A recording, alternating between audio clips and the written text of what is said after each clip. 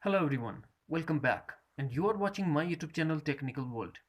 Today in this video I'm going to show you how to install iOS 14.5 Beta 3 on iPhone 6 to iPhone 12. So without wasting any time, let's get started. First of all, connect to Wi-Fi and launch Safari browser and search for beta.apple.com and tap on first link.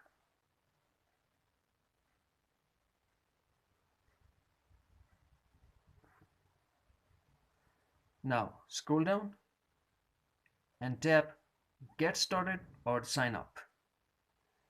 Maybe here you will get two options, Get Started or Sign Up. Tap on Get Started.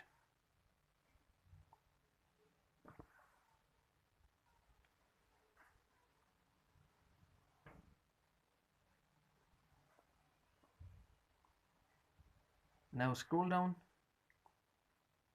and under Get Started tap on Enroll your iOS device.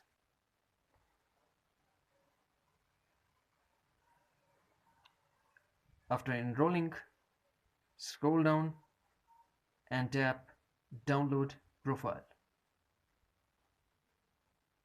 We are near to finish.